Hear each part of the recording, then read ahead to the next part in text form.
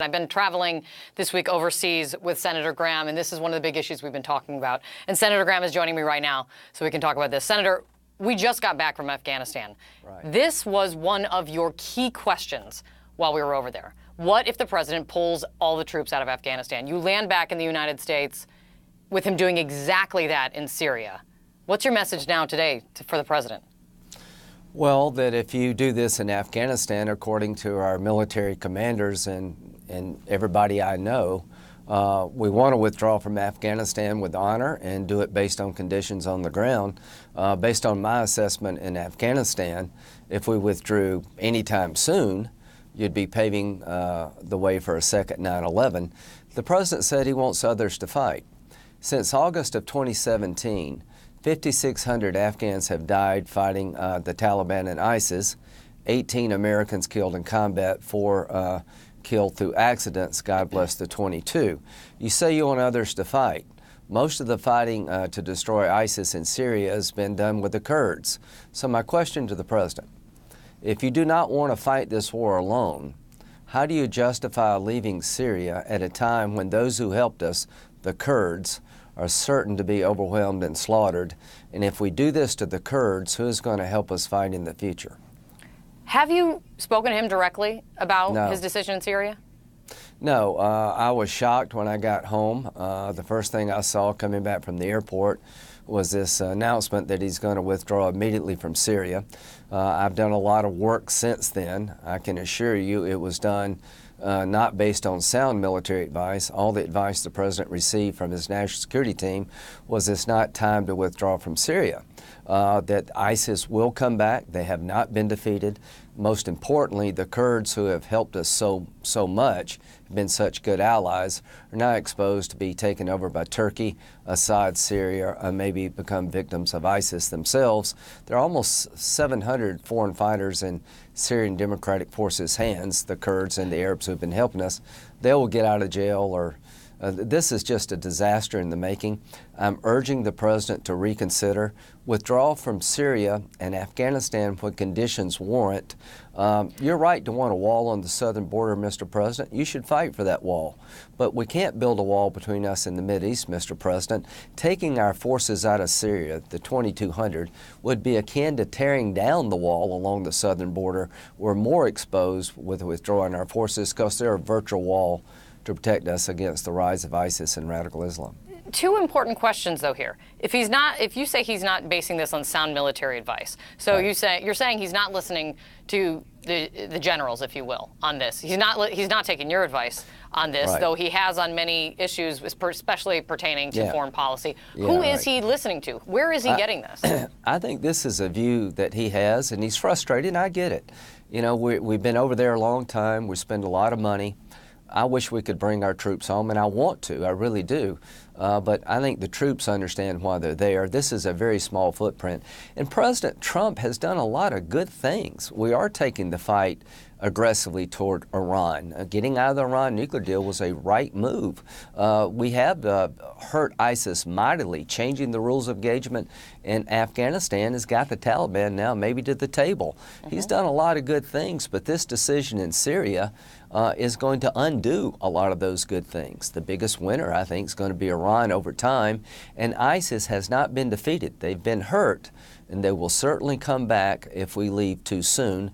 We learned that in Iraq, so I am basically pleading with the president to reconsider, postpone this withdrawal, make it conditions-based. I think you'll have a lot of support, Mr. President, to keep our presence in Syria, to stand by our allies, the Kurds, and to make sure ISIS doesn't come back. You'll have a lot of bipartisan support if you change course. But can he unring this bell? I do wonder that. Once he's made this announcement, yes, he can change his mind, but is damage already done by what he has already announced? Good question. The worst is definitely yet to come. I talked to the Secretary Mattis yesterday. The traffic, the chatter out there is pretty devastating. When the president suggests that Assad and Iran and Russia are not happy, they are very happy. The biggest winner of this could be the Iranians to have a corridor now from Tehran all the way into Lebanon. They could use this space that we occupy to get more weapons to Hezbollah, is certainly putting the Kurds at risk, and we see a lot of chatter. So yes, he could, and all I would ask him to do is reconvene his national security team, listen to what's going on, and postpone this decision and make sure it's based on conditions on the ground when you withdraw. I said the same thing to President Obama. I said, Mr. President, I'm a Republican. I will support a continued presence in Iraq, no matter how popular it might be at home, because it's the right decision. He went another way. The results are in about our withdrawal from Iraq, and I fear that our withdrawal from Syria is going to even be worse. It will be hard to sign up people in the future to fight with the United States if we abandon the Kurds. If he doesn't change course, if he doesn't listen listen to you, what are you prepared to do about it? Well, I've got a resolution that is bipartisan already. We've got about 30 co-sponsors asking him to reconsider the decision, make it a conditions-based withdrawal. But at this point, is this one of those things where, I mean, are you going to, like... This is just advice. Hold up judicial nominations until he listens to you? No, what I want to do is let him know that there are a lot of Republicans and Democrats who will stand with him to see this through, that bringing our troops home from Syria is the goal. You just got to do it smartly. Getting other people to fight more and pay more is a worthy goal, and actually it's working. He's getting NATO to pay more, and people in the region need to do more. We can't, he's the commander-in-chief. I couldn't make President Obama listen to the generals. I advised him to. I can't make President Trump listen to his national security team. I've advised him to. But what we can do in Congress is hold presidents accountable. There's a historical record that the decision to withdraw from Iraq was not based on sound military advice, then all the concerns came true. We'll make the same record in Syria. And President Trump has done a lot of good things on national security. This dramatically undercuts those good things. But Senator, is something bad going to have to happen before that backlash really sets in? I mean, that's a pretty that's a really good question. President Obama wound up sending troops back into Iraq. He wound up doing things to undo the damage caused by withdrawing. President Trump will have to do the same thing. But here's what the president's done. There's not a groundswell of political pressure to get us out of Syria. I think most Americans know that some of our troops over there preventing the rise of ISIS is probably smart. It's 2,200, very small footprint. I think most of Americans know that when you get somebody to help you, like the Kurds, you owe it to them to see it through. There's not a groundswell of support. Senator Paul is an outlier. I like him, but I think his view of the world is dangerous. In his worldview, we just leave everybody alone, they'll leave us alone. That didn't work in Afghanistan.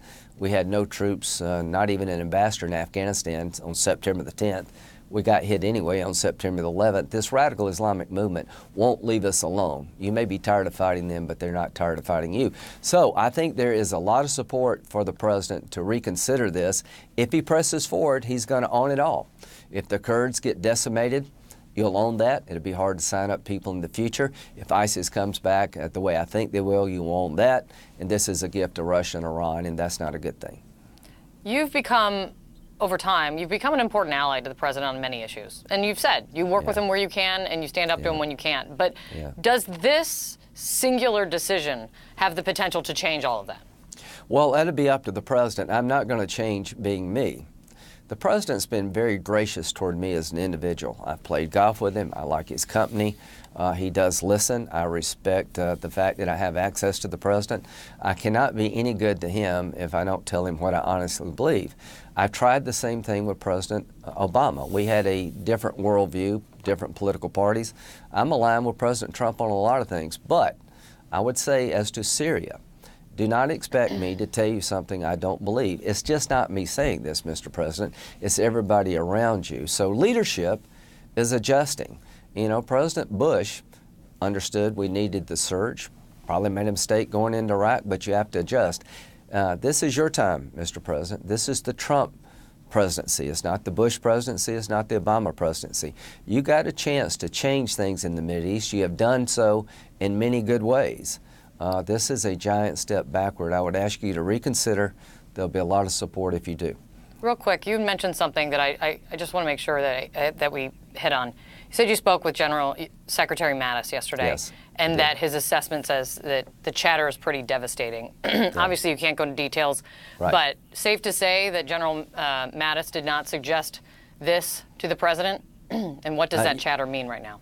Well, it's safe to say that I don't think anybody, I talked to Pompeo yesterday, Mr. Jeffries, the special envoy to Syria, who was a great pick, the former ambassador to Iraq, just 48 hours ago, 72 hours ago, announced that we're not going to leave. You had Brett McGurk, the guy in charge of Syria and Iraq, said that even though the space has been taken back, the land has been taken back, ISIS is not yet defeated. There are 20 to 30,000 fighters. They've been hurt mightily because of President Trump's change in strategy, but they're not defeated. So Secretary Mattis is firmly in the camp of the job in Syria is not yet done, that abandoning the Kurds now will hurt us down the road, that ISIS could and probably will come back. And I think that's the universal view of Bolton, Pompeo, and Mattis.